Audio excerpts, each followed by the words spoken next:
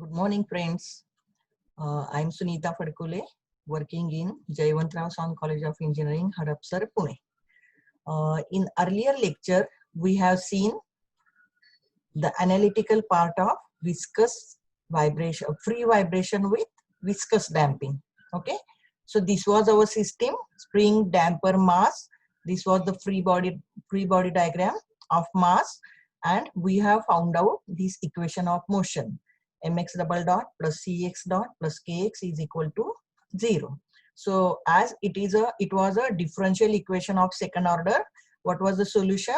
X is equal to e raised to st. Okay, and then we have found out the roots, okay, of which equation? This is the characteristic equation. So s square plus c upon m into s plus k upon m is equal to 0, and the roots of these characteristic equations we have found out this one: s1 s2 is equal to s1 and s2 is equal to minus c upon 2m plus or minus square root of c upon 2m bracket square minus k upon m. Then what we did, as this is a say differential equation of second order in S, okay, we have found out the equation S1 and S2 and put this solution in general equation. So this is a very general solution for differential equation, that is x is equal to C1 e raised to S1t plus C2 e raised to S2t. Okay, now depending on this one, we have found out Cc is equal to square root of k into m into 2. That was equal to 2m omega n. Okay, so we have defined two terms here, two new terms, that is critical damping coefficient and damping factor. So what is damping factor? It is equal to C upon Cc. Okay, where Cc is critical damping coefficient. Now, depending on this value of zeta, what did we learn? See, this equation now, x is equal this. So this is the general solution which we have found out. X is equal to C1 e raised to S1t plus C2 e raised to S2t. What we did, we have put these values of S1 and S2 into this equation.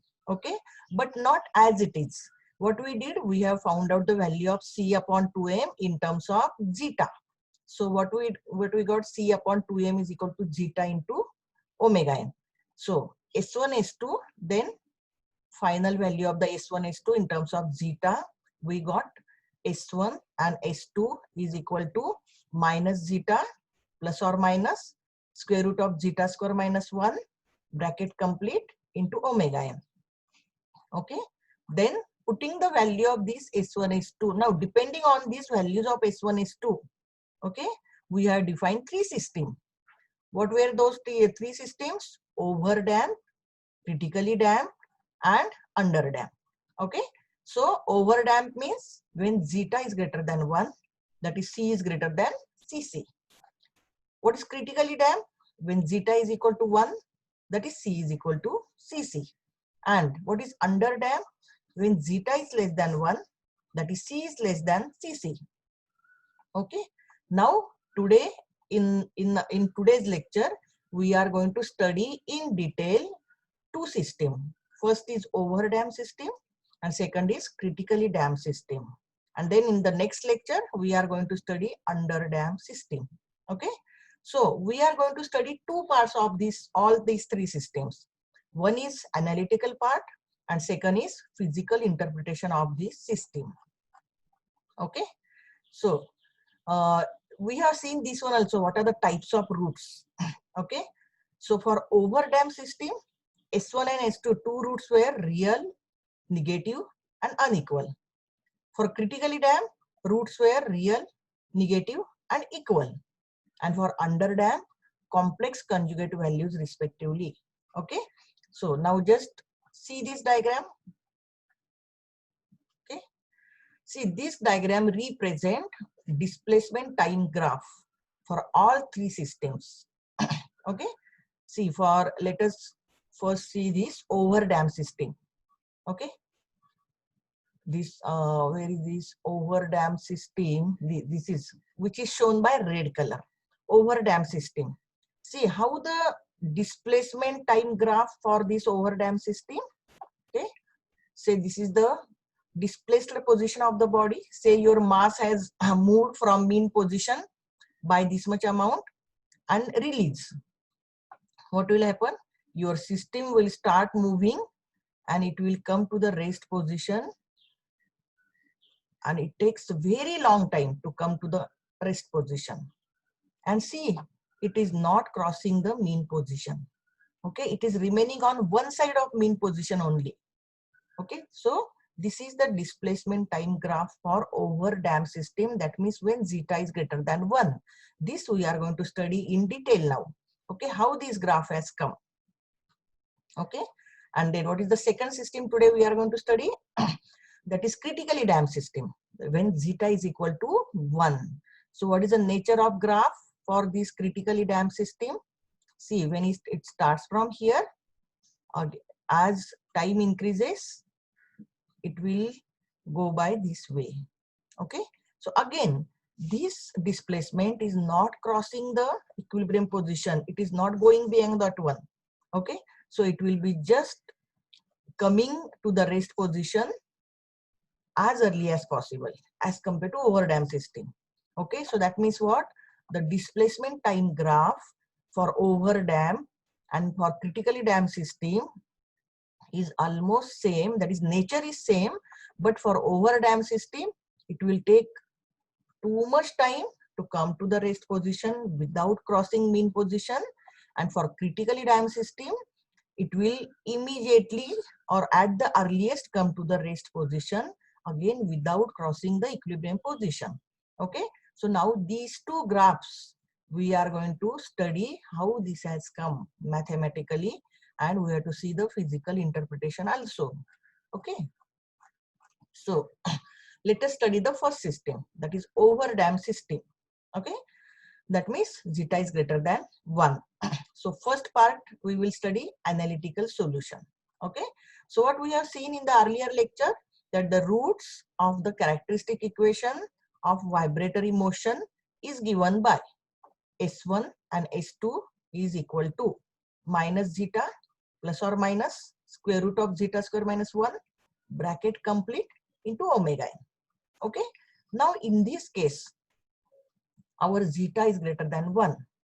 So zeta may be having value 1.52, 2.53, 4, 5, anything, but it must be greater than 1. So this is over dam system. Okay, now what will happen if we put zeta, the value of zeta greater than 1 into this equation? Okay, that we are going to see. So already we have seen that if zeta is greater than 1, if we put this value here in S1 and S2, we get both the roots which are real, okay, negative and unequal. That means values of S1 and S2 are different, but both the roots are negative and both are real. Okay, so what is the final solution now? Already we have seen this final solution. X is equal to C1 e raised to S1t plus C2 e raised to S2t. So we have to put values of S1 and S2 into this equation. Okay, so this is the value of S1 is plus sign here, S2 is having negative sign here. Okay, so let us put here X is equal to this C1 as it is into e raised to S1t. See, this represent your S1. What is your S1? Minus zeta plus square root of zeta square minus 1 bracket complete omega n, and into this t. So this becomes omega nt. Okay, plus C2 as it is. Okay, this C2 into e raised to S2t. So this is your S2. Okay, that is minus zeta minus square root of zeta square minus 1 bracket complete into omega n and multiplied by t. Okay, so this is your solution. Now the procedure to obtain the values of arbitrary constants C1 and C2, we will see it later on. Okay, after physical interpretation. Okay, for that purpose we have to say assume certain initial conditions. Okay, so that means here now just analyze what are these terms. Analyze this equation. X is equal to, what do you mean by X? X is the displacement of body M. So that means it is a parameter which is varying, which is dependent on this T, time T. So as time varies, displacement varies because your mass is vibrating, okay, around the equilibrium position. So X is variable which is dependent on time T. Okay, then what is C1 and C2? These are the arbitrary constants, the values of which we are going to find out by putting initial conditions. Okay, then what is zeta? Damping factor. Okay, in this case value of zeta is greater than 1 because this is over damped system. And what is omega n? Natural frequency of the system. Okay, so understood this equation, all the parameters of this equation. Now what is physical interpretation of this equation? Again see this equation. Okay, see if we consider this term e raised to something. What do you mean by e raised to something? Means exponential. E raised to something means this term represent exponential curve. Okay, and we have already seen that the value of this e raised to something is negative. Here also e raised to something, this is negative because what we have seen, this S1 and S2, this is having negative values. Okay, so that means what? E raised to minus something when you put the value of zeta, omega and etc. Here also e raised to minus something. What do you mean by that minus? Okay, see here, we have studied this graph. Okay, see here, at x is equal to say at t is equal to 0, we have maximum displacement. That means we have pulled the mass by certain amount, say that is xo. Okay, this amount maybe say 5 centimeter or xo. Okay, and we release it. What will happen? The mass will try to come to its original position. How it will come? It will be, the displacement will be decreasing. That means the distance from equilibrium position will go on decreasing. So that's why this is an exponential curve. Understood? This is not the straight line. But what is the nature of this curve? This is exponential. And it is negative means what? It is decreasing. As time increases, what is time? Time is on x-axis. Okay, and on y-axis there is a x, that is displacement. That's why this graph is known as a displacement time graph. Okay, so as time increases, displacement, that is the motion decreases, that is the distance from the mean position. Okay, so this curve is having a declining nature. That's because the sign is negative. Okay, so let us come here again. Okay, so that means e raised to minus something means what? It is a declining curve like this. Okay, so now what is physical interpretation? Since the power of E in above equation is negative in both the terms, they both decrease exponentially with t, and so x decreases as t increases, becoming 0 as t tends to infinity. See, all this whatever we have read, that is applicable to this equation. If as t tends to infinity, x will become 0. What is the meaning of this one? It will take too much time for the body to come to the rest position. Okay, so the body is giving very slow response, sluggish response, that is known as the sluggish, means very slow. So once you disturb the system from the equilibrium position, it will take too much time to come to the rest position. Okay, so why this happens? Because of over damping, because you have provided the damping which is more than sufficient. Okay, or you can say more than required. So once the system is disturbed, theoretically it will take infinite time to come back to equilibrium position. That is, when the damping is over damped, it is observed that after initiating vibration, the vibrating mass will not be allowed to reach its stable state even once. Thus, the mass does not vibrate at all. This behavior is called as a aperiodic motion or non-vibratory motion. See, here it is shown. Okay, only so this graph represents, so this is the displacement time plot for an over damped system. Okay, so once your system is displaced, suppose that t is equal to 0, x is equal to, small x is equal to xo, suppose 5 centimeter, you have pulled the body by 5 centimeter. Okay, and release it. Okay, from here it will say, so how it will come to the rest position? See, this is the curve. Okay, so displacement will be taking place in this manner.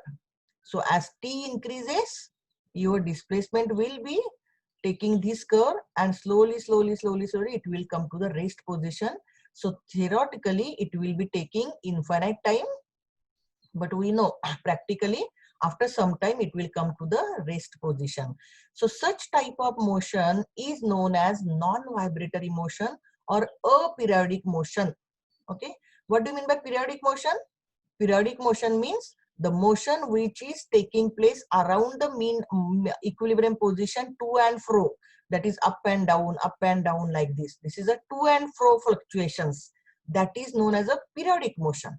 That means after certain period of time motion is get repeated, but that is a periodic motion. But here see, what is the motion?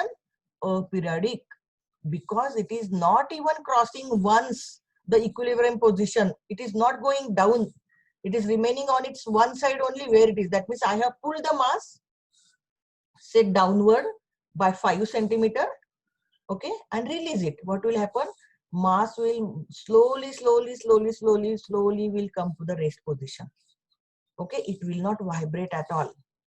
So this motion is known as a aperiodic motion. Understood?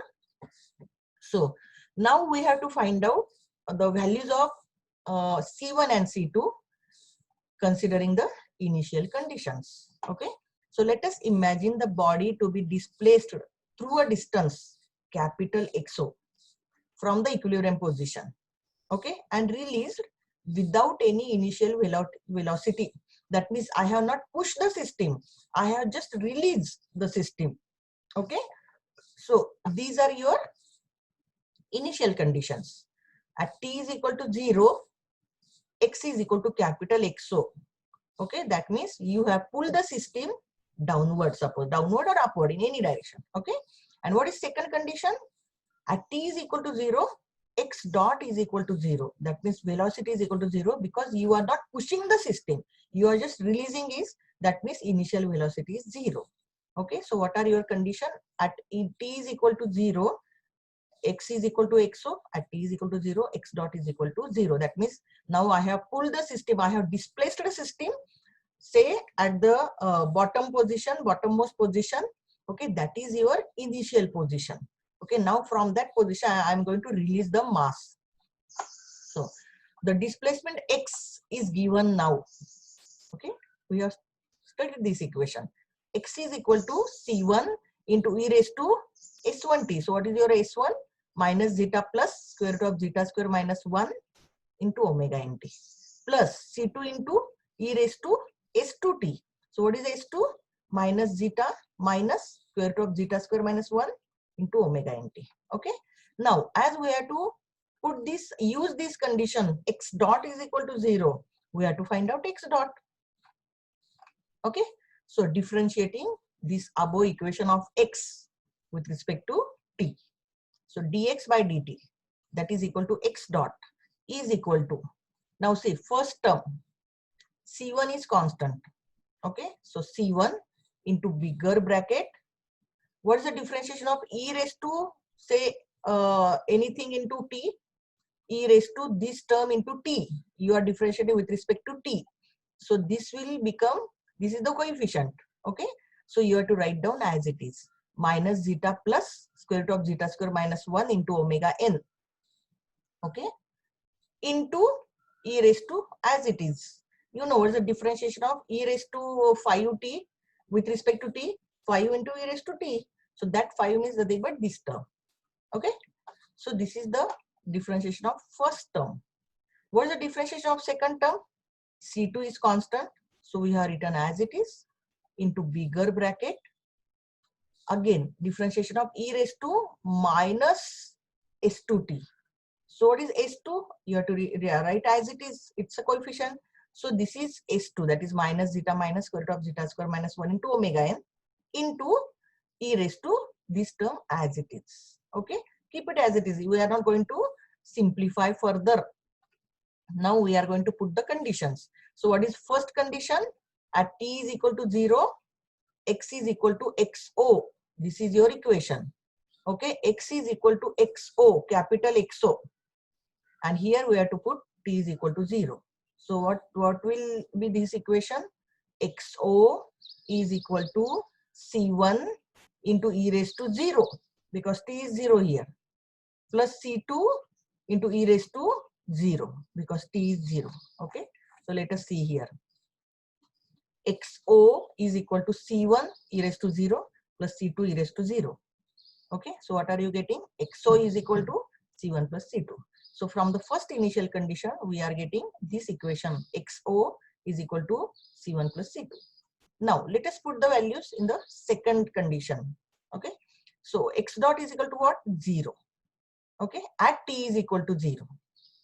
So put here x dot is 0 is equal to C1 as it is into bracket as it is this one. So minus zeta plus square root of zeta square minus 1 into omega n into e raised to 0, because t is equal to 0. Okay, plus C2 as it is, this term as it is, into e raised to 0.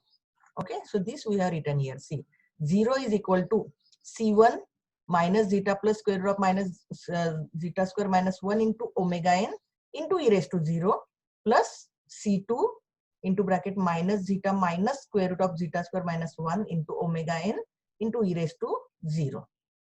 Okay, now see, left hand side is 0 and omega n is there in both the terms. So omega n will be 0. Okay, you cancel this term. So what is remaining now?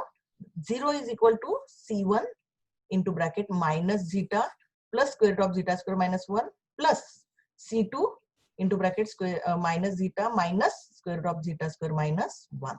Okay, so now here C1 and C2, two unknown are there and two equations are there. What is first equation? XO is equal to C1 plus C2. Second equation, 0 is equal to this one. Okay, so from this equation, put the value of C2. What is C2? C2 is equal to XO minus C1.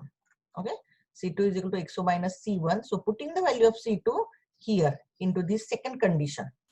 Okay, that means there will be only C1 now. You will be able to find out the values of C1. So let us put the value of C2 here. What are you getting? 0 is equal to C1 into bracket minus zeta plus square root of zeta square minus 1 plus, now see here C2 is XO minus C1. So this bracket will be coefficient for XO also and for C1 also. So what is the second term here? XO into bracket minus zeta minus square root of zeta square minus 1 minus C1 minus zeta square root of zeta square minus 1. Okay, now see here also coefficient of C1 and here also coefficient of C1. So let us combine this first and third term. And what are you taking common? C1. So C1 into bracket these terms as it is. Okay, minus zeta plus zeta. I have combined like this. See, here it is minus, here it is minus. So minus minus will become plus. So this minus zeta and this plus zeta I have written here. Then second term plus square root of zeta square minus 1. This I have written here. And what is the second term here? See, again minus and minus. It will become plus. So plus square root of zeta square minus 1. Okay. Plus, what is the remaining this term? XO into bracket minus zeta minus square root of zeta square minus 1. Okay. So now this minus zeta plus zeta is getting cancelled. And what is remaining? Square root of zeta square minus 1 plus square root of zeta square minus 1. That will become twice. So C1 into bracket twice square root of zeta square minus 1 is equal to, okay, because this is a is equal to zeta, because this is minus sign, no, see, minus minus, so xo will become minus. That's why we have taken on left hand side, and this we have taken plus sign. So xo into bracket zeta plus square root of zeta square minus 1. Okay, so c1 is equal to plus zeta plus square root of zeta square minus 1 upon 2 square root of zeta square minus 1 into xo. So from this one we have found out the value of first arbitrary constant, that is c1.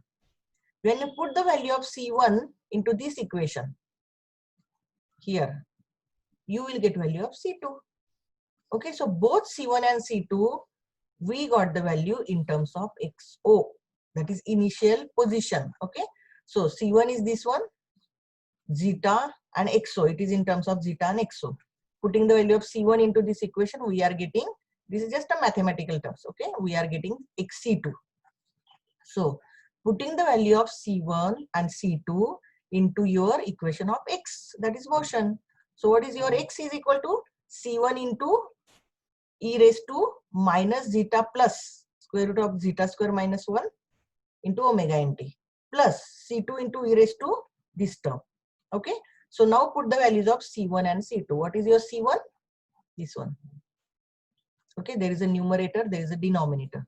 Now see, here also xo term is there, and square root of 2 square root of zeta square minus term is there, and in c2 also xo term is there, and in the denominator 2 square root of zeta square minus 1 term is there. So you can take these two terms common, because c1 and c2, when you put the values, what will be common to the total equation? xo upon 2 square root of zeta square minus 1. This will be common to the whole equation. So x is equal to xo upon 2 square root of zeta square minus 1 into the bracket. What is remaining now? See, c1, this is the remaining term of c1. Okay, see here. What is remaining now? This one. Zeta plus square root of zeta square minus 1. Okay, this we have written here. Into e raised to this term as it is, no change. Plus c2. Already you have taken this common. c2 value is this one. Okay, we have already written xo and 2 square root of zeta square minus 1. So what is remaining? This term will be written here, minus zeta plus square root of zeta square minus 1 into e raised to as it is. Okay, now if this equation can be written in dimensionless term. That means what? See, x is having certain dimension, certain unit. It is in, say, mm, centimeter, meter. Okay, so if we bring this xo here on left hand side, what are we getting? X upon xo. That is a ratio. So this is a dimensionless term, and always in engineering we prefer dimensionless term. Write down the equation. Try to write down your equation in terms of dimensionless form. Okay, so what are you getting on left hand side? X upon xo. Okay, that is a dimensionless term. X is displacement at any time t. Xo is the initial displacement. So x upon xo is equal to, what is remaining? 1 upon 2 square root of zeta square minus 1 into the whole bracket. Okay, so now what is the physical interpretation of this term? See, since the power of E in the above equation 11 is negative, already we have seen this is the negative, e raised to minus something, here also e raised to minus something. Okay, so since the power of E in the above equation is negative in both the terms, they both decrease exponentially with t, as we have seen. And so x decreases as t increases, becoming 0 as t tends to infinity. We have seen this. The non-dimensional displacement time plot of the system as governed by equation 11. This is your equation 11, x is equal to, okay, that is for 0 starting velocity. What are your initial conditions? Starting velocity is 0 for various values of zeta. Now see here, zeta is also variable parameter. I can take zeta is equal to 1.5, 2, 3, 4, anything. Okay, so these dimensionless displacement time graph are shown in this figure. this figure. Let us analyze this figure. Okay, so in all these curves, the system comes to the equilibrium position in nearly an exponential manner. Okay, but once the system is disturbed, theoretically it will take infinite time to come back to equilibrium position. That is known as a overshooting. Okay, so see, these are the graphs. So what is the nature of this graph?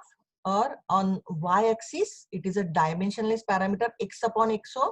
On y-axis, sorry, this is on y-axis, and x-axis, it is omega nt, that is angle turn. You know theta, omega n into t. Okay, that term is there. Now see this equation. This is your omega nt term. Okay, and this is your, you bring this xo, x upon xo. So we have to plot a graph of x upon xo versus omega n t. So what are you getting? Like this. Now see, at a time zeta you must keep, at a time you cannot vary two parameters. Okay, so let us see what is the nature of the graph for say zeta is equal to 2. See, one, as this is a dimensionless parameter, its maximum value is 1. Okay, because x is equal to, x is a variable parameter and xo is maximum displacement. I can pull down mass by 5 centimeter, 10 centimeter, 15 centimeter. Then in that case, what will be the maximum value of displacement x, which is a variable parameter? So maximum that value, that is 5 or 10 or etc. So this ratio, maximum value of this ratio will be 1. Say 5 upon 5 or 10 upon 10, like this. And what is the minimum value? 0. So x upon xo varies between 0 to 1. Similarly, omega nt, okay, this may be say 1, 2, 3, 4 variable. Okay, so let us consider if we put this side zeta is equal to 2. Okay, how will you get the graph? Say the mass will be starting from 1. Okay, then it will come to the rest position slowly, slowly, slowly from this graph. Okay, and then somewhere after very say higher time or after longer time, system will come to the rest position. So this is a non-vibratory curve, non-vibratory motion or aperiodic motion. Okay, now if I increase the value of zeta, instead of 2, if I take 5, what will happen? Response will be further slower. System will take too much time, means more time as compared to zeta is equal to 2. So the graph is above zeta is equal to 2. Okay, so see what is the type of motion here? Again exponential decrease, zeta is equal to 5 for this is the curve, and it is above zeta is equal to 2. Now if I increase further the value of zeta, say zeta is equal to 10 now, what will happen? The system will become more sluggish, more slower. It will take again too much time, more time that zeta is equal to 5, zeta is equal to 2 to come to the rest position. Okay, so this is the nature of the curve. This will come to this, this will be coming to the rest position from this path, and it will be taking too much time. So what is your conclusion from this one? As you increase damping, that means what? If you increase the value of zeta, say 2, 5, 10, then infinity, what will happen? Your system will go on becoming more and more sluggish, slower, lazy. Okay, so it will take more and more time to come to the rest position. So this is written here. Higher the damping, more sluggish is the response of the system. This is nothing but called as a response of the system. The displacement time graph is known as a response of the system. How system behaves once you disturb the system. This is nothing but the response of the system. Okay. So what we have seen, higher the damping, more sluggish is the response of the system. That is, higher the damping, more resistance to the motion is there, and therefore slower is the movement.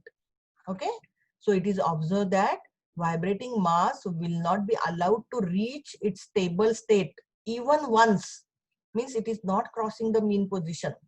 Okay, thus mass does not vibrate at all. This behavior is called aperiodic motion. The system is non-vibratory in nature. Okay, so this is all about over damped system. Understood? So what is the conclusion of today's lecture? We have studied overdam system wherein zeta is greater than 1. Okay, we are getting the nature of the curve exponentially decreasing.